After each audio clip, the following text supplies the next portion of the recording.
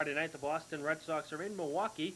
The Red Sox have lost 8 of their last 9 road games. Bottom of the first inning, Gary Sheffield with a solo home run to left field off of Mike Boddicker, his 6th of the year, RBI 45 for Sheffield, and that gave the Brewers a 1-0 lead. Bottom of the second inning, the Brewers get 3 more. Bill Spires will cap off the 3-run inning with a line drive base hit to left field.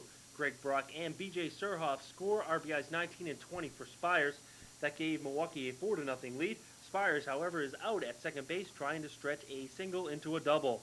Mark Knutson should have plenty of support as he strikes out Jody Reed here in the top of the third inning, sending Reed back to the bench. He has plenty of support because Robin Yount here in the bottom of the third inning hits a solo home run to center field, his 10th of the year. And that gave Milwaukee a 5-0 lead over the Red Sox. Robin Yount not done just yet. In the bottom of the fourth inning, he starts a 4-run Milwaukee inning as he hits a deep drive to right field. Tom Brunansky will go back after this ball, but he can't make the catch. Spires and Jim Gantner come in to score. RBIs 42 and 43 for Yount. That made it 7-0 Milwaukee. They add 2 more runs, and it's 9-0 Milwaukee after 4 innings of play. Brewers go on to rout the Red Sox by a final score of 13-0 in the bottom of the sixth inning. Pinch hitter Edgar Martinez with the base hit up the middle. Greg Brock and Rob Deere scored. That made the score 12-0 Milwaukee. They win by the final score 13-0. They knocked out 21 hits, passing their season high of 20 hits. That also came against Boston on April the 16th when they won 18-0. Mark Knutson strikes out Billy Joe Robideau there in the top of the 7th. He goes on for the complete game shutout. His second in 3 starts, ups his record to 8-4. Mike Boddicker is a loser. He's 11-6. He's now 0-3 versus the Milwaukee Brewers this season, giving up 16 runs in 12 2/3 innings. The Red Sox have now been shut out 12 times this year and trail Toronto by a game in the AL East. They play host to the Cleveland Indians. Top of the second inning, Corey Snyder with the looper over Ozzie Guillen at shortstop. Chris James races in from second to score 1-0 Chicago. RBI 45 for Snyder. Bottom of the third inning with 2 runners on, Robin Ventura fist a base hit to center field off of Tom Candiotti. Dave Gallagher is in, and so is Ozzie Guillen, and that gave the White Sox a 2-1 lead. Move now to the bottom of the fourth inning. Carlton Fisk will take Candiotti deep for a home run, his 8th home run of the year, a solo blast that gives Pudge RBI number 31, and the White Sox a 3-1 advantage over the Indians. Carlton Fisk still doing it after all these years. Top of the 6th inning, Greg Hibbert cruising right along for the White Sox. Here he'll strike out Corey Snyder with a man on base with a tough inside pitch. Snyder doesn't like the call, but it goes as a strikeout for Hibbert, and it's still 3-1 Chicago after 6.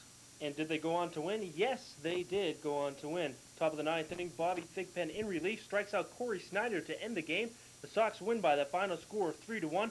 Hibbert, the winner, he's 8-5. He went 7 innings. Tom Candiotti is 10-6. He's 0-5 career at Comiskey. Thigpen picks up his 32nd save.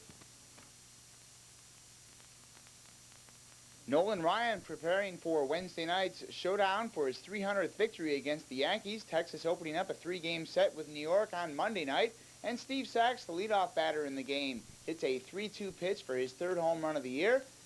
As the Yankees off to a quick 1-0 lead, that snaps 29 consecutive scoreless innings by Kevin Brown at Arlington Stadium. Still top of the first, Roberto Kelly with his foul tip. It goes off catcher Mike Stanley, who suffers a deep knee bruise on this play, and he would have to leave the game. Stanley in a lot of pain. Bobby Valentine, the Texas manager, comes out, and we'll see as Stanley buckles over, and he leaves the game and is listed as day-to-day. In the bottom of the second, Texas ties it with runners on second and third and 1 out. John Russell hits the comebacker to Chuck Carey, who can't field it cleanly. Carey does throw out Russell at first, but Ruben Sierra scores to tie the game at 1 apiece. In the bottom of the third, Carey pulls up short for a balk. He tries to throw the ball in underhanded, but it doesn't work, and Stump Merrill's pitcher is charged with the balk. Kevin Brown on the mound for Texas would strike out 6 Yankees as he pitches the distance. Here he gets Deion Sanders in the top of the 5th. Then it would be Sierra in the bottom of the 5th as he breaks the 1-1 tie with his 2-out single to center field. It scores Gary Green and then Julio Franco, and Texas takes a 3-1 lead. In the top of the 7th, rookie Kevin Moss would get 1 run back as he hits his 5th home run of the year. The solo blast would make it a 3-2 game as the Yankees try to come back against the Texas Rangers.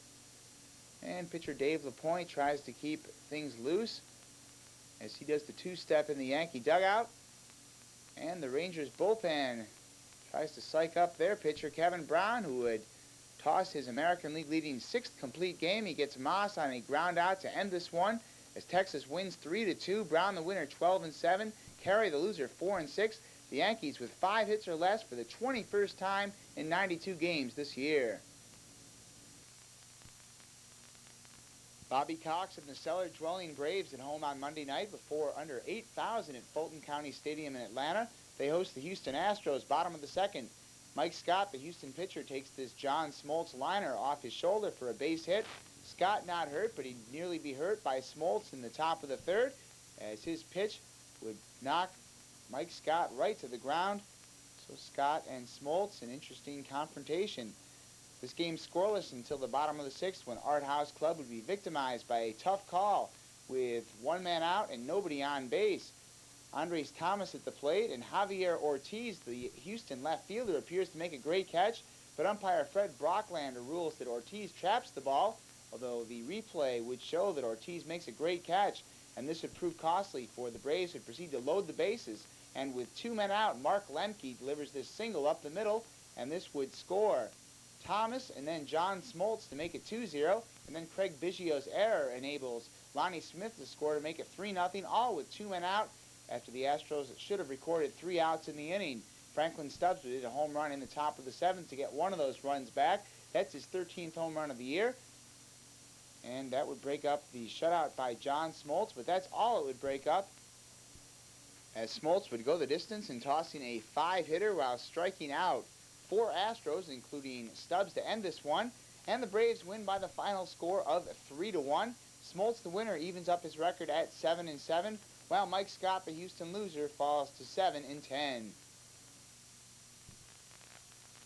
Monday Night Baseball action from St. Louis, Missouri, as these 4 Nuns enjoy the ball game between the Cubs and the St. Louis Cardinals.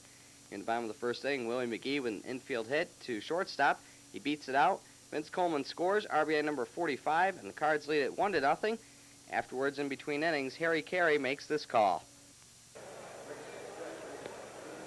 Boy, he's copping the field. Moving on now to the top of the 5th inning, Luis Salazar will step up to the plate, and Salazar will hit a double to left field. This coming off starter Jose De Leon. Dave Clark scores, RBI number 30 for Salazar, and the game is tied up at 1 apiece. Still in the top of the 5th inning, pitcher Greg Maddux will hit an infield chopper in front of home plate. Todd Zeile will react late as no one covers home. Luis Salazar will score, and the Cubs go on top by a score of 2-1. Moving now to the top of the 8th inning, Mark Grace comes up, and he singles to right field. Doug DeCenzo scores, RBI number 35 for Grace. The Cubs go on top by a score of 3-1. Greg Maddux would pitch a gem of a ball game for the Cubs, as here he strikes out Willie McGee to end the 8th inning. Greg Maddux went 8 2/3, allowing 1 run and scattering 7 hits while striking out 8 batters. Mitch Williams pitches the final out of the ball game as he strikes out Rex Hudler to end it as the Cubs win at 3-1. Greg Maddux is now 6-9. Jose De Leon with the loss. His record drops to 6-10. Mitch Williams' 11th save as the Cubs win their 8th straight.